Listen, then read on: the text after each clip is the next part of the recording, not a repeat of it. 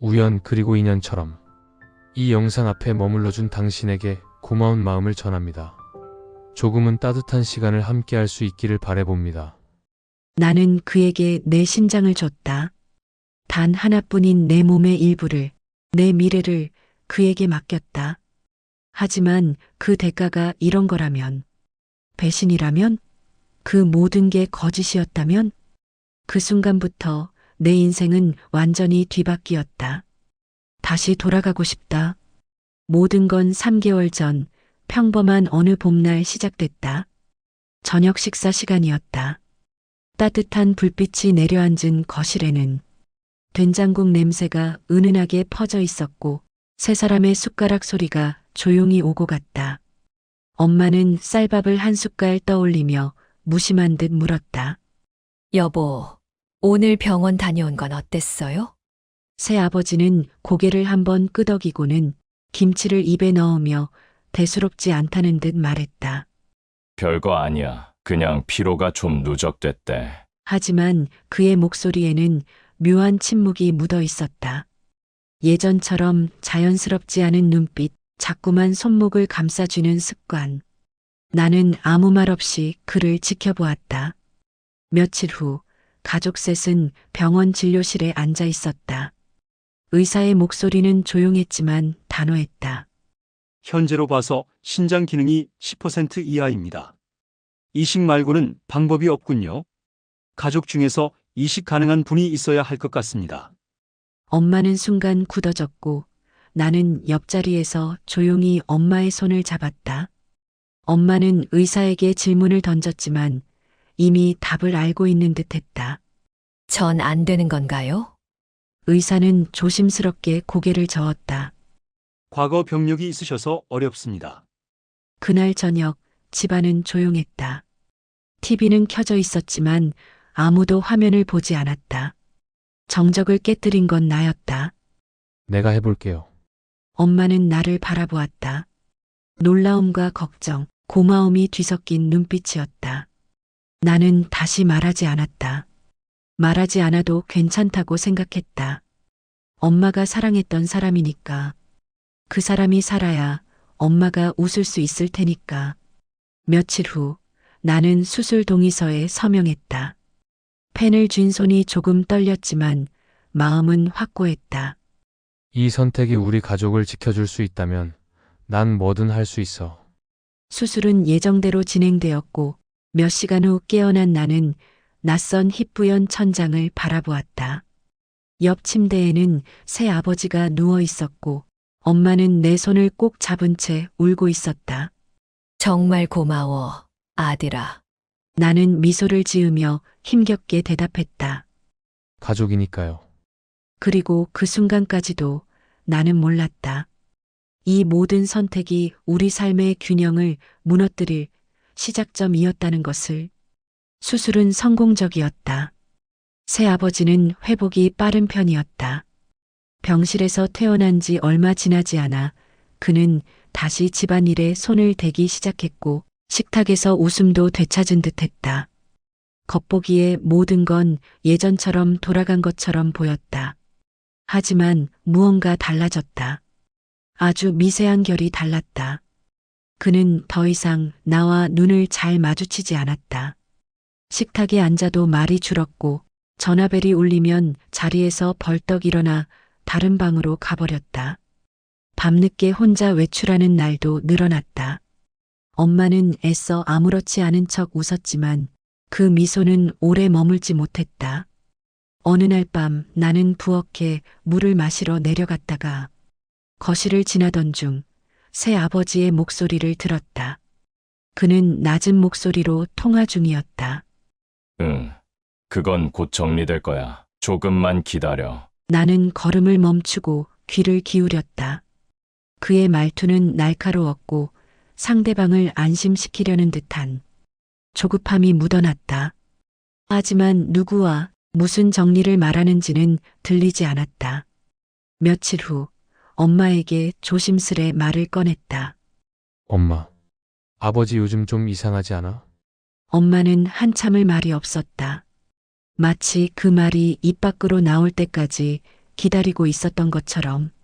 사실 엄마도 느끼지만 그런데 말할 수가 없구나. 나 혼자 이상한 생각하는 건 아닐까 싶어서. 그날 이후로 나는 결심했다. 직접 확인해야겠다고. 어느 날 새 아버지가 외출한 틈을 타 그의 서재에 들어갔다. 책상 위에는 잠들지 않은 노트북이 있었다. 무심코 열어본 화면 속에는 낯선 여성과의 사진이 있었다. 해변에서, 레스토랑에서, 호텔 발코니에서 찍힌 다정한 포즈들, 그리고 수상한 계좌 명세서, 집 문서 사본, 보험금 변경 내역. 심장이 쿵 내려앉았다. 이건 뭐지? 하나하나 클릭할 때마다 현실은 점점 더 낯설어졌고 그가 감추고 있던 이면이 서서히 드러났다. 하지만 이 사실을 곧바로 엄마에게 말할 수는 없었다. 준비가 필요했다. 증거를 모으고 확인하고 틈을 기다렸다. 나는 단 하루도 편히 잠들 수 없었다. 며칠 후 드디어 그 모든 걸 꺼내놓을 날이 왔다. 작은 거실 한가운데 나는 엄마에게 노트북 화면을 보여주었다. 엄마, 이거 아버지 노트북에서 찾았어요. 이 여자, 이건 도대체 뭔지. 엄마는 아무 말도 하지 않았다. 화면을 보는 그녀의 손이 떨렸다. 그리고 조용히 눈물을 흘리기 시작했다. 마치 오랫동안 외면해온 진실이 그날 처음 얼굴을 들이민 것처럼. 엄마는 아무 말 없이 노트북을 덮었다. 마치 무언가를 되돌릴 수 있기라도 한 듯 손가락 끝에 맺힌 떨림만이 방 안에 남았다. 얼마나 된 거야?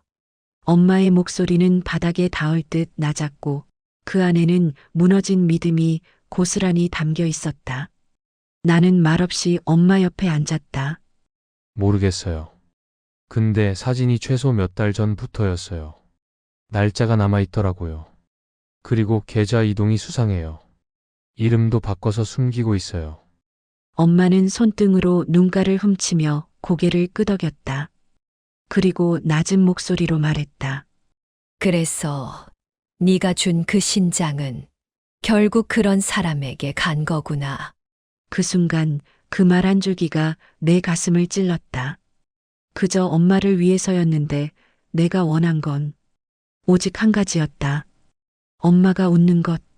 그런데 지금 엄마는 그 누구보다도 슬퍼 보였다. 며칠 후 우리는 조용히 행동을 시작했다.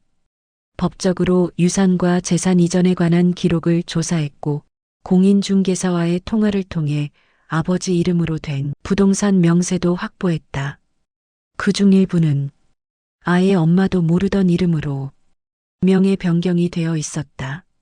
그의 삶의 반쪽은 완전히 다른 세계에 있었던 셈이었다. 그리고 결정적인 날이 왔다. 그는 퇴근 후 평소처럼 저녁 식사 자리에 앉았고 엄마는 아무렇지 않게 음식을 덜어주었다. 마치 아무 일도 없었던 것처럼. 하지만 밥상 한쪽엔 그가 모르는 진실이 놓여 있었다. 인쇄된 사진들, 계좌 내역, 호텔 예약증, 그리고 변호사 명함. 이게 뭐야? 그는 처음엔 당황했고 곧 분노했고 결국엔 침묵했다. 핑계를 대려는 그의 입은 떨렸고 엄마는 그 어떤 말도 듣지 않았다. 당신한텐 이제 설명할 자격도 없어. 그 아이 몸에서 꺼낸 신장을 받은 사람이라면 최소한 그 아이를 지켜줄 자격이라도 있어야 했어. 아버지는 대꾸하지 않았다. 눈도 마주치지 못한 채 천천히 식탁에서 물러섰다. 그의 뒷모습은 이상하리만치 초라했다. 아니, 원래 그런 사람이었는지도 모른다. 우리가 보지 않으려 했던 진실이 거기 있었다. 며칠 후 이혼 절차가 시작되었고 동시에 숨겨진 재산 일부에 대한 법적 조치도 진행됐다. 그는 끝까지 저항했지만 결정적 증거 앞에선 더 이상 발버둥 칠 수 없었다. 나는 엄마의 손을 잡고 법원에서 나왔다. 힘들었지? 엄마는 고개를 저으며 웃었다. 그래도 이제 끝났으니까 하지만 나는 안다. 이건 끝이 아니라 시작이었다. 우리 둘만의 새로운 삶, 그리고 내 인생을 되찾는 여정. 병원 복도는 언제나 그랬다. 희망과 절망이 얇은 벽 하나 사이에 공존하고 사람들은 그 벽을 의사 가운이나 결과지로 받아들이곤 한다. 며칠 전부터 이상한 기운이 감돌았다. 가슴이 뛰고 식은땀이 나며 숨이 막히듯 잠에서 깨는 밤이 반복됐다. 처음엔 수술 후유증이라 생각했다. 하지만 그것은 단순한 후유증이 아니었다. 검사 결과는 의외로 빨리 나왔다. 의사는 말끝을 흐리다 조용히 말했다. 이식받은 아버지 쪽이 아니라 환자분 몸이 지금 신장을 받아들이지 못하고 있고 면역 억제제가 듣질 않네요. 큰일인데. 순간 눈앞이 아득했다. 무슨 말씀이시죠? 수술은 성공적이었다고. 의사는 조심스럽게 말했다. 극히 드물지만 이식 후 시간이 지나 생기는 급성 거부 반응이 있습니다. 환자분은 그 확률이 낮은 경우에 해당되네요. 그리고 덧붙였다. 시한 부입니다. 앞으로 6개월을 넘기긴 어려울 수 있어요. 머리가 하얘졌다. 나는 죽어가고 있었다. 내가 살리려 했던 사람에게 신장을 준 대가로 내 생명을 잃게 된 것이다. 나는 엄마에게 이 사실을 말하지 않았다. 엄마는 여전히 이혼 절차로 정신이 없었고 가끔 웃을 때마다 그 안에 섞인 슬픔이 보였기 때문에. 하지만 시간이 지나자 몸은 거짓말을 하지 않았다. 계단을 오를 수 없었고 밤마다 피를 토하는 일도 생겼다. 엄마는 결국 물었다. 아들아, 무슨 일이야? 얼굴이 왜 이렇게? 나는 그제야 모든 걸 말했다. 검사 결과, 의사의 말, 시한부 선고, 그리고 무엇보다 엄마를 지키려 했던 내 결정의 결과가 이거라는 걸. 엄마는 아무 말도 하지 않았다. 잠시 뒤 내 손을 꼭 잡으며 말했다. 그 사람, 그 인간 때문에 너 인생이 무너진 거야. 내가 널 그렇게 만든 거야. 엄마는 울며 말했다. 나는 널 위해서라면 뭐든 할 수 있다고 생각했는데 정작 너를 가장 아프게 만든 게 나였네. 그날 이후 엄마는 완전히 달라졌다. 엄마는 남은 이혼 서류를 정리했고 법정에서 단 한마디만을 남겼다. 이 아이가 당신을 살렸건만 당신은 아무것도 구하지 조차 못했어. 앞으로도 당신이 가진 것들은 모두 잃게 될 거야. 그 후 몇 주간 엄마는 내 곁을 지켰다. 나는 휠체어를 타고 바닷가에 갔고 어릴 적 함께 찍었던 사진이 있는 산에도 올랐다. 엄마는 그곳에서 내 손을 꼭 잡고 말했다. 너는 내 자랑이야. 그 누구보다 깊고 따뜻한 마음을 가진 나의 기적이야. 그리고 나는 깨달았다. 비록 시간이 얼마 남지 않았더라도 이 시간만큼은 진심이었고 그 무엇보다 찬란했다는 것을. 장마가 끝나고 하늘이 환해졌다. 그날도 아들은 새벽같이 일어나 옷을 갈아입었다. 흙 묻은 앞치마, 거칠어진 손등. 이제 그는 매일 아침 도자기 흙을 만졌다. 작은 마을 산자락 아래 엄마는 조심스럽게 다관 뚜껑을 열고 있었다. 따끈한 대추 차향이 구수하게 퍼졌고 찻집 창밖으론 마당의 매화가 바람에 흔들렸다. 오늘은 오미자 넣어볼까? 엄마는 웃으며 말했다. 엄마는 한 달 전부터 마을 사람들에게 전통차와 떡 만드는 법을 배우고 있었다. 찹쌀을 씻는 법, 콩고물을 볶는 온도, 정성스럽게 삶는 대추의 시간까지. 모든 것이 손끝에서 삶이 되고 마음에서 향이 되는 시간이었다. 아들은 그 곁에서 조용히 도자기를 빚었다. 처음엔 어설펐고 몇 번을 깨뜨렸지만 흙이 손에 익자 마음이 고요해졌다. 어떤 느낌이야? 엄마가 물었다. 살아있는 느낌이요. 누군가를 위해 만든 걸 그 사람이 웃으며 쓰는 걸 보는 거. 엄마는 천천히 고개를 끄덕였다. 그게 진짜 가족이야.